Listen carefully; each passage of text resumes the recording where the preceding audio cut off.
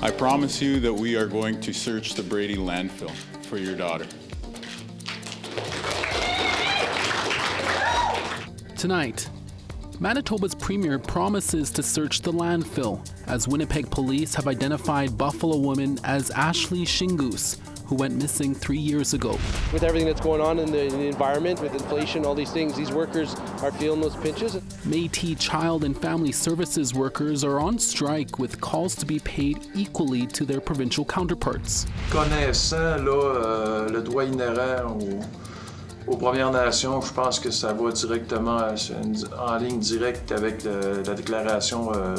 And one step closer to self-determination for 3 Innu nations in Quebec.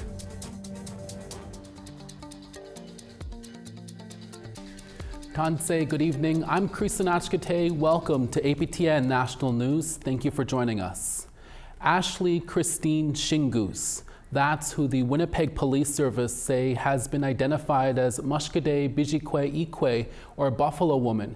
She is one of 4 First Nations women killed by a serial killer who is now serving a life sentence in prison for 4 first-degree murder charges. Here's APTN's T.R. Wheatley with some of the details Winnipeg Police revealed today and a warning to our viewers, some details may be disturbing. Pushed for this search to happen. It was Medewin elder Thelma Morso who gifted the name Mashkode Bizhiki'ikwe to Ashlee Christine Shingoose long before we knew her name. Our hearts go out to Albert and Teresa Shingoose, Ashlee's parents, and all the members of St. Teresa's Point who received this unbearable news. The Winnipeg Police Service also saying they believe Ashlee's remains to be in the city-owned Brady Road landfill south of the city. Ashlee Shingoose Kijinakazo. I think it's very important that we say her name. Manitoba Premier Wab Kinew made a plea to Ashlee's family, who are listening to the press conference from St. Teresa and Innu Nation in northern Manitoba, where the family lives. I promise you that we are going to search the Brady landfill for your daughter.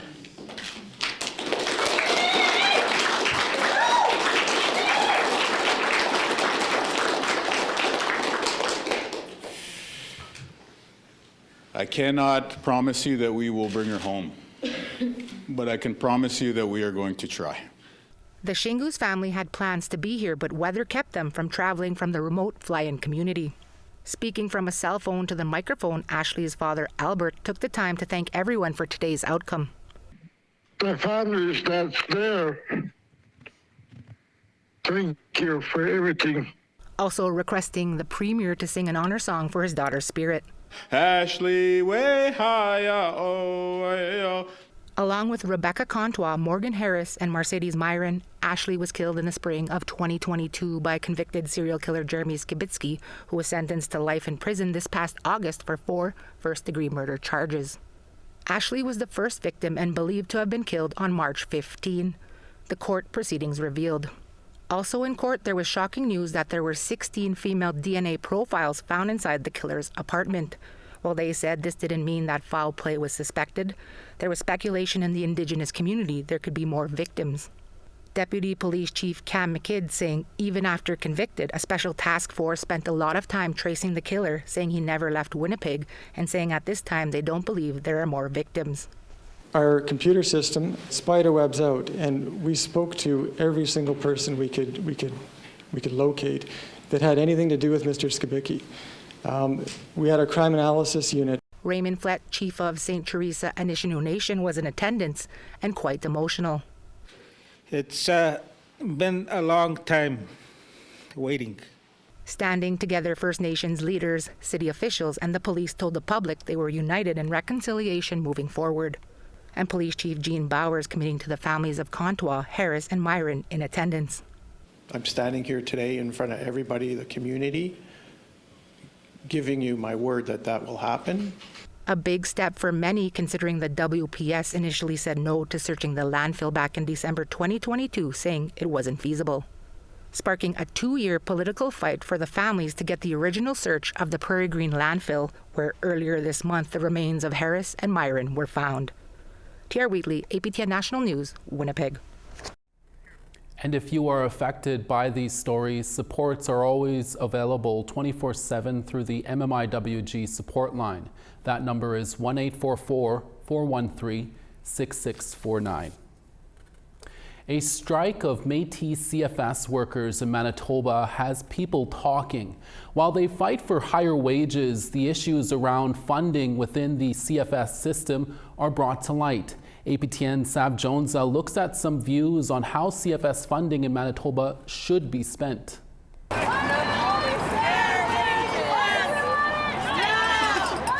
On Tuesday, more than 100 CFS workers with the Métis Child and Family Services Authority in Manitoba went on strike. They want wage parity, meaning the same pay as CFS workers employed by the provincial government. Kyle Ross is the president of the union. These workers have the same education. They support the same types of families and types of individuals that need these supports, and we really think they should be paid the same as everybody else. The striking workers are employed by two agencies governed by the Manitoba Métis Federation, Mashkode Child and Family Services and Métis Child and Family Community Services, or MCFCS. Their contracts expired 2 years ago in January 2023 and show social workers at bottom of scale earning between $24.58 and $36.28 an hour, depending on classification and agency. With everything that's going on in the environment, with inflation, all these things, these workers are feeling those pinches. But the strike doesn't fit right with Métis foster parent Rachel Willen. She's been working for MCFCS and other agencies as a caregiver to children for over 10 years. She says foster parents who provide 24/7 care are being overlooked in these discussions. Totally undervalued. I mean, we're expected to look after a child for $25 a day, and that requires, transportation, medical, eye exam, clothing, food, snacks, lunches. That requires all of that, but yet a social worker gets, $27, $28, sometimes $32 an hour, and this is what we get a day. It's been almost 13 years since the daily rates for the essential care of foster children in Manitoba were increased. The province now says they will increase those basic maintenance rates from 2012 by 10% come October 1st this year to around $24 and $34 a day, depending on age and location. Willen says any extra funding towards CFS in the province should be spent directly on kids in care and at-risk families to prevent apprehension. There's no need for a salary increase when that money could be going to our families. Sherry Gaunt, the Manitoba advocate for children and youth, says the basic maintenance rate increase is a good start for providing better care to kids, but not enough to meet inflation. She says a fix to the problem is spending more on keeping families together and out of foster homes. Children deserve to be raised by their own families, and children deserve to know who they are and where they come from, and be able to identify with their own families rather than coming into foster care. Kinship caregivers who provide care to family members in the system currently receive less than foster parent rates. Manitoba Families Minister Nahani Fontaine said in an emailed statement on March 7th that the province will be investing $10 million towards customary and kinship caregivers who provide care to those family members. The Manitoba Métis Federation laid off 63 workers about 2 weeks prior to the strike, citing lack of funding resulting from jurisdictional disputes between the province and federal government on who should pay. MMF Minister of Housing Will Goodon commented on the strike in an unrelated interview. Minister Bjors and President Chartrand have made it clear on several occasions that at the end of the day it is the children and it is the families, and that's why we fought so hard to have our own authority and agencies to keep those kids in community, in family, and the funding, the fight over the funding is tough. because I don't think anyone wants to see what's happening. The CFS system has been plagued with troubles and criticism for years. But no matter where you think funding should go, the kids appear to be on everyone's mind. And all these issues need to be addressed. It's not as simple as one or the other. I think we have to address them all if we really want to have a quality system and if we want to try and avoid the issues that come later if these families don't get the supports. The strike will continue until a deal is reached. Sav Jonesa, APTN National News, Winnipeg.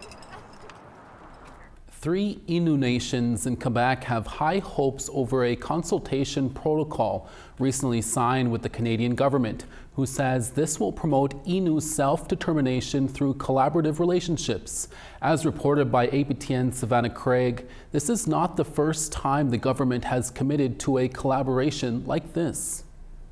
Many First Nations across Canada have been fighting to have the United Nations Declaration on the Rights of Indigenous People honored by the federal government since it became a law in 2016.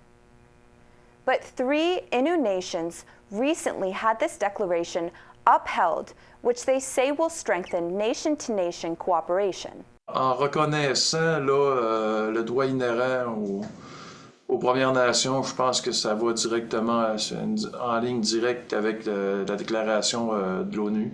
Pequawmanooge, Espet, and Nutashquan signed an agreement with Minister of Crown Indigenous Relations, Gary Anandasangari, this past weekend.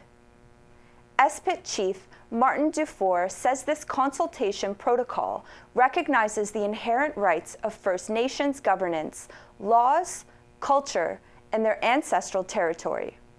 This isn't the first time Canada signed an agreement like this. In 2023, then Minister of Crown Indigenous Affairs, Mark Miller, signed a similar agreement with the Anishinaabe community of Kitsitsakik in Western Quebec. APTN News spoke with Pequawmanooge Chief Gilbert Dominique. He says he hopes the agreement would protect his nation in having the power to accept or reject projects occurring inside its ancestral territory.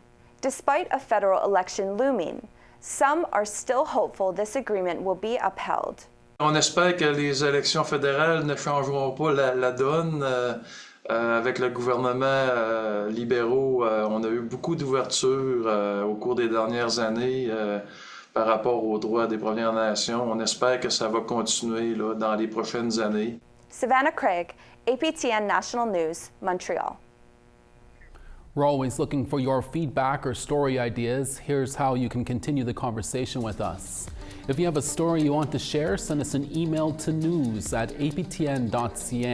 To read and watch our stories, go to aptn.ca. And you can also find us online on your favorite social media sites, including TikTok, LinkedIn, and X. And you can watch this newscast anywhere, anytime on our YouTube page. Follow us at APTN News to join the conversation and see our latest stories. A northern BC Indigenous woman is speaking out after she was arrested by 2 RCMP officers during the early morning hours of Boxing Day in 2024 while attempting to withdraw money from an ATM. After celebrating Christmas with family, Sydney Tibbetts and her 2 cousins walked to the ATM in Fort St. James to withdraw some money at around 2:30 a.m. She said 2 RCMP officers approached them while inside the bank and asked them to leave because they were intoxicated. Tibbetts says at the time, no one was causing a disturbance to the public and they just wanted to use the ATM. A 2.5-minute video was recorded after the RCMP continued to refuse the 3 entry to the bank, with Tibbetts and her cousins accusing the officers of racism. An officer can then be seen arresting Tibbetts, with the other officer assisting. Tibbetts' cousins did not intervene, but one officer warned he would spray them with pepper spray if they did not back off. A short time later, Tibbetts was released with no charges. An officer dropped her off at her home and she instead walked on foot to a family member's home. Tibbetts says the arrest was unnecessary and says she is suffering from physical and emotional trauma from the incident. In a statement to APTN News, RCMP Corporal Madonna Saunderson with BC RCMP's North District says, to respect an individual's privacy, we cannot confirm the name of any person arrested or the details surrounding surrounding the arrest until such time as charges have been laid. She encouraged anyone who may be subject to police misconduct to report it, and closed by saying it can confirm that detachment and district leadership have been engaged and offered the family specific information about the complaints process. Tibet says she will pursue legal action against the RCMP and would like to see the two officers removed from the community. Her mother has also held peaceful protests outside the local RCMP detachment. You can read more about that story about going over to our website at www.aptnnews.ca. The National Indigenous Collaborative Housing Inc., or NICHI, announced a historic milestone on Wednesday. At a press conference in Ottawa, the organization says it has successfully distributed $275.2 million in federal funding to 74 Indigenous-led housing projects across the country. NICHI is for Indigenous by Indigenous housing group with 92 member organizations. The money it is distributing comes from federal funding earmarked for Indigenous housing projects in urban, rural, and northern areas. John Gordon is the CEO of NICHI. Good morning, everyone. Because of NICHI's collaboration with its members and the Indigenous housing providers across this country, over 3,800 people will be able to access housing that wouldn't have been able to before. That success happened in 18 months. In some cases, projects have been completed in less than a year from when approved to when families receive their keys to their new home. With the Juno Awards now just 4 days away, things are heating up in Vancouver. That story when we come back.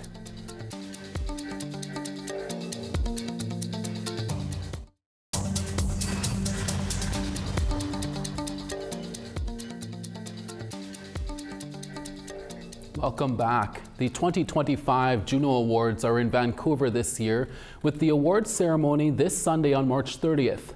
Throughout this week, Juno events are taking place across the city. APTN's Tina House was at the awards week kickoff with a special guest. Here's that interview.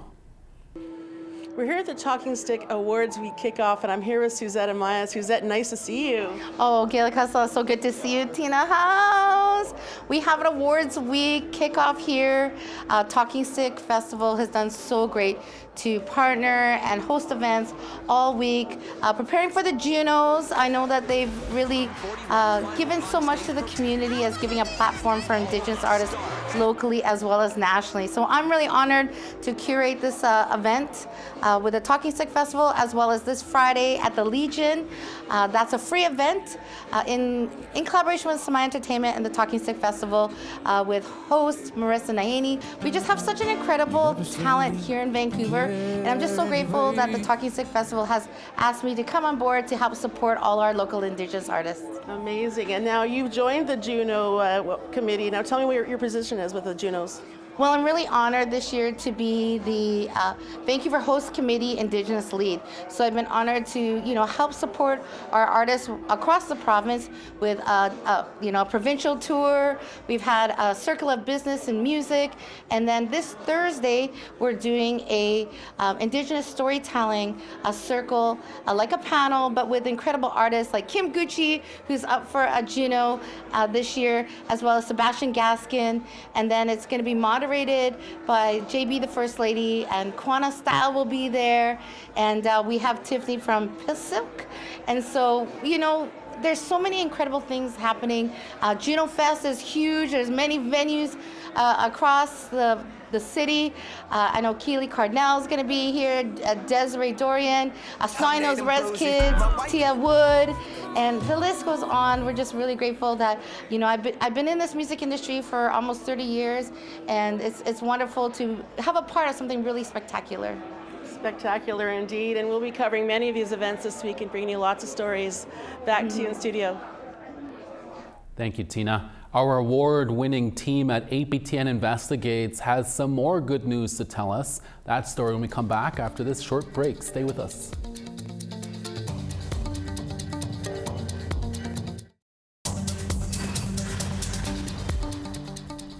Thanks for staying with us. Time now for our photo of the day.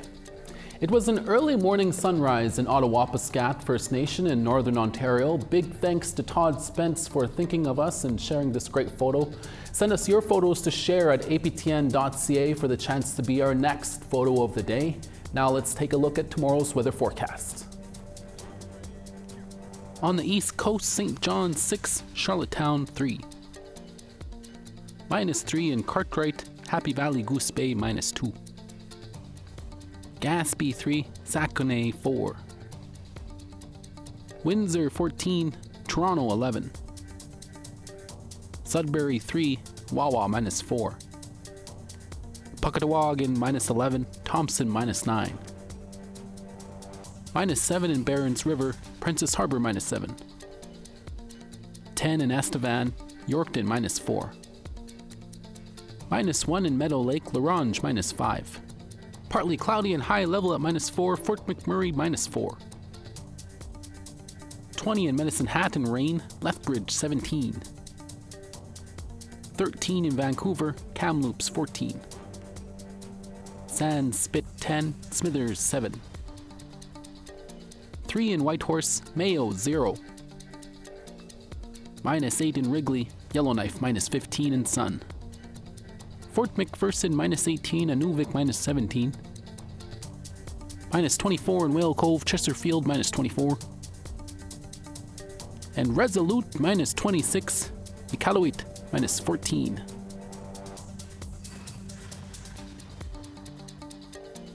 The 30th annual Snow Kings Winter Festival took the city of Yellowknife by storm and featured artwork by a local Indigenous carver. Festival goers have been out in droves to the Snow Castle on Yellowknife Bay, where they've enjoyed many events including dance parties, photo competitions, and even the 9th International Carving Symposium. John Saborin is a local Indigenous stone carver who took part in the symposium. He and co-carver Patricia Le Guin took 4 days to carve her piece titled The Phoenix, which won the Artist's Choice Award this year. Saborin explained why carving as an art form is important to Indigenous people. I think it's a kind of a story to say that, you know, we represent the North here, we represent Yellowknife. We're here and we've always been here and we'll continue to be here. So this is kind of a stamp that I put on here and Patricia put on here. So she's from Saskatoon and I'm from Yellowknife, so it was kind of fun to do. Beautiful. Turning to some exciting news closer to home now, APTN Investigates is up for a record 5 nominations for this year's Canadian Screen Awards. The annual awards celebrate excellence in Canadian film, English language television, and digital media production. APTN Investigates nominations include Kenneth Jackson's Secrets of the Bay for Best Host or Interviewer for News or Information, as well as Tamara Pimentel and Josh Grummett's Beyond the Strip for Best News or Information segment. The awards ceremony takes place May 30th to June 1st, and when we get the new results, we'll be sure to report it here. Congratulations to the exceptional team at APTN Investigates, and make sure to catch their latest episode on YouTube, Deadly Force, an inside look at the police-involved deaths of 2024. That's your evening newscast for this Wednesday, March 26th. We're back with more news tomorrow in our daytime newscast at 12 p.m. Winnipeg time. Make sure to join us then. From all of us at APTN National News, thank you for watching, and we'll see you again. Excellent.